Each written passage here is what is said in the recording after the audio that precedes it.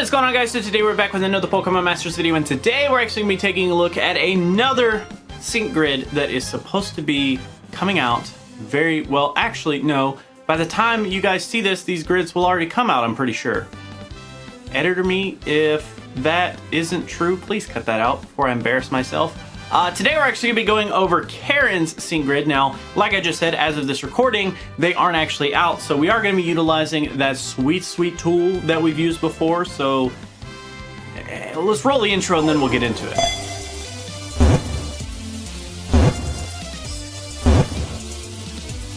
So here we go. We do actually have our sync grid loaded up here. Now, I haven't looked at this at all, so I have no idea what is actually in store for us, but let's actually take a look. We're not going to focus too much on every single tile like we have been in the past. We're just going to kind of highlight the red tiles, the yellow tiles, and, you know, basically kind of talk general strategy here.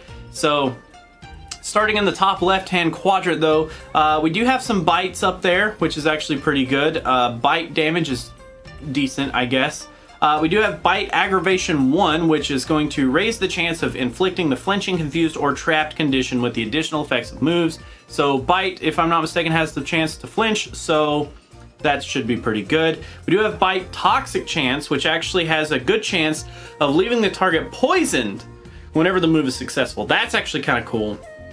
Not only does it actually run the risk of flinching them, but it also runs the risk of poisoning them now as well. It does not get a boost from the aggravation though, so it's not like they kind of work in tandem. It's just an extra bonus on top of that. Maybe if we get like a hostile environment or something, that would kind of have been cool. Dirty Fight 5, which powers up moves when the move's target or targets are affected by a status condition. So basically, as long as the enemies have some sort of status condition, you're going to do a little bit more damage.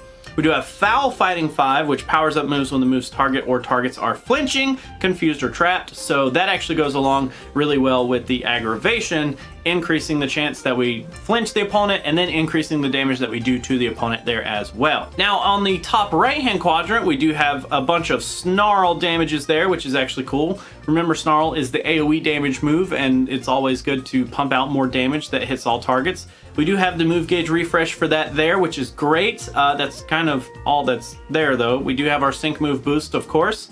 Moving into the bottom left-hand quadrant, we do have this Entertain Me MP Refresh 3, which is great, of course, just gonna get an MP back.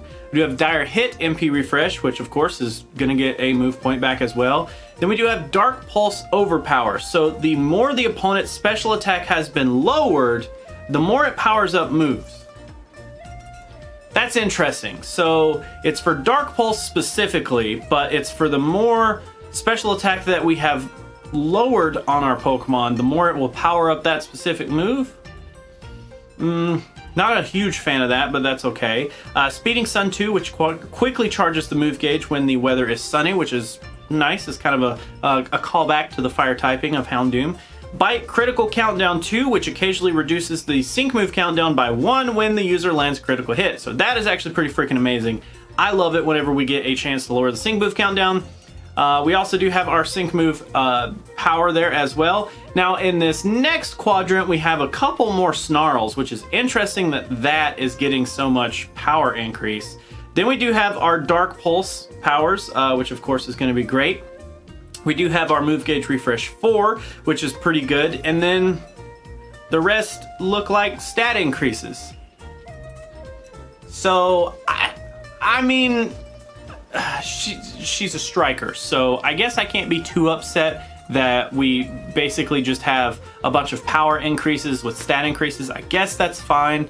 If I had to think of like builds to do with Karen and Houndoom, I personally think that Dark Pulse is really cool, but I'm also always weary about powering up things that are only good after we Mega, because then we kind of run the risk of possibly never getting to our Mega Evolution, and it just kind of feels like a waste sometimes. But depending on which side of the fence you are on that, Dark Pulse would be a really good build here. Dark Pulse is going to do tons of damage anyways, and powering it up is just going to do even more. So maybe you want to run down into the bottom right-hand quadrant here and get some of these Dark Pulses. Even if you don't care about the Snarls there, that would be, you know, bare minimum for Dark Pulse. I think Snarl would actually be a good one to power up, honestly, just because you're going to have it before and after the Mega. So maybe you want to go for those, get all of these as well. Maybe you want to get the Move Gauge Refresh 3 too. That would be okay. This, I feel like, would be like a really strong contender in terms of just outputting tons and tons more damage. Maybe you want to focus on getting some more special attacks. Maybe you want to go for that one. That kind of maxes us out with only 2 energy remaining. I mean, I guess we could get either some HP there or some speed there, depending on which one you really want. The special attack up here is going to be too much for our energy, so maybe something like that if you're just going for raw damage output on Houndoom. Although, the other type of build that I could see happening here is more of a tech type build where we kind of go for, I don't know necessarily that we need all of these, but, well, I mean, if we're going for the tech, we might as well go ahead and build up Bite, because that is going to be what actually inflicts the status conditions onto the opponent. Maybe we want to go for both of those. That's already a ton of orbs and a ton of energy. Maybe some special attack. Man, I don't know if I would actually go for both of these. I would maybe just go for one of those up top, and then that kind of leaves you open to get some more HP, maybe some Dire Hit MP refresh, maybe something like that. That would be a decent one to go with. Bite would kind of be your main focus there, which is honestly kind of scary because Bite isn't going to do a ton of damage, but it allows you to be more of a tech role, lets you do a little bit more status inflicting kind of things with your Houndoom.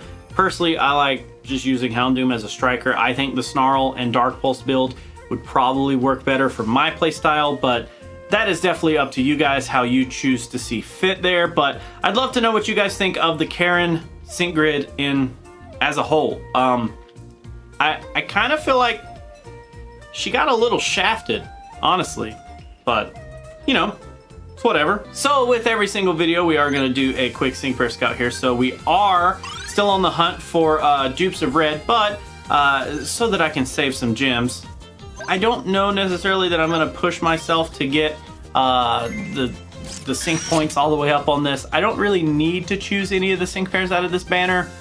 I guess I could get another Steven if I really wanted to, but I don't know. We'll see. On the count of 3, if you want to follow along, though, we're going to go in 1, 2, 3. I am so sorry that I just faked you out. We're going to go in 1, 2, 3. So no flashy animation. Let's see what kind of decent antenna, please. Anything?